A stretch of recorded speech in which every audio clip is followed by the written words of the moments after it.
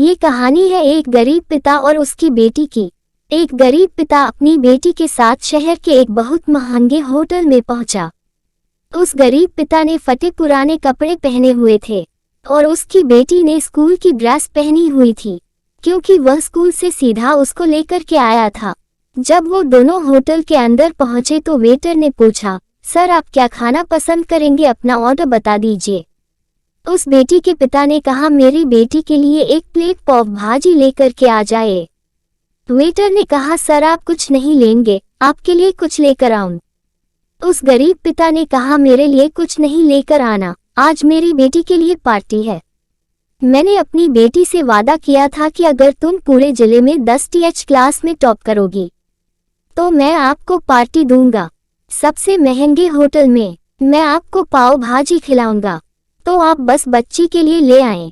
यह बात जब वेटर ने सुनी तो वह दौड़ते हुए अपने होटल के मैनेजर के पास पहुंचा और मैनेजर से कहा, सर मेरी आपसे एक छोटी सी दरखास्त है, आप मेरी सैलरी में से पैसे काट लेना, लेकिन आज मैं चाहता हूँ जो बच्ची उस टेबल पर बैठी है अपने पिता के साथ, उसके पिता को भी एक प्लेट पाव भाजी खिलाई जाए। उस बच्ची ने पूरे जिले में टॉप किया है।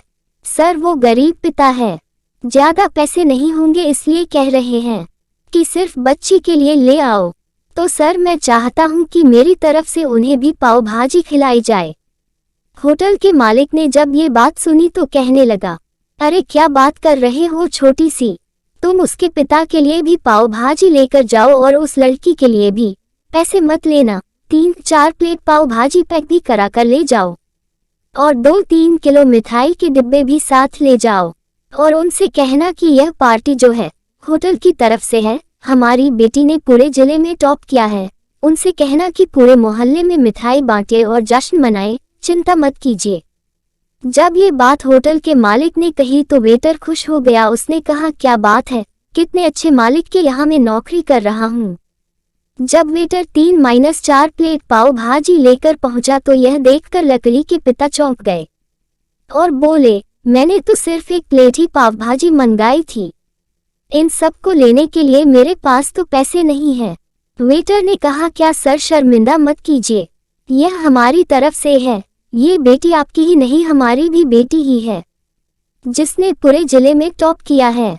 यह मिठाई के डिब्बे और 3-4 प्लेट पाव भाजी पैक कर दी है, आप इन्हें लेकर के जाए और जश्न मनाए।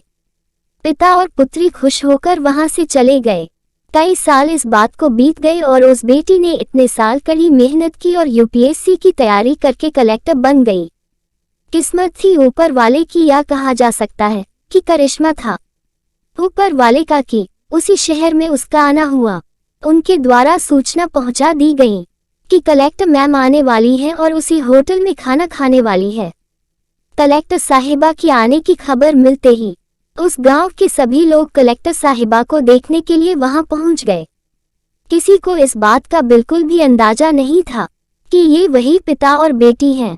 जब कलेक्टर साहिबा अपने पिता के साथ होटल में पहुंची तो उन्होंने होटल के मालिक से कहा कि क्या आपने हमें पहचाना, हम वही पिता पुत्री हैं जो मेरे 10 TH क्लास में टॉप करने पर आपने हमें पार्टी दी थी।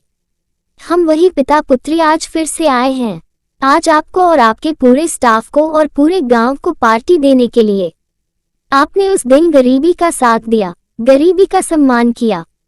आपने उस दिन जो हमें पार्टी दी उसने मुझे बताया कि मुझे कितनी और ऊंचाई तक पहुंचना है और मुझे मेरी मंजिल तक पहुंचना है।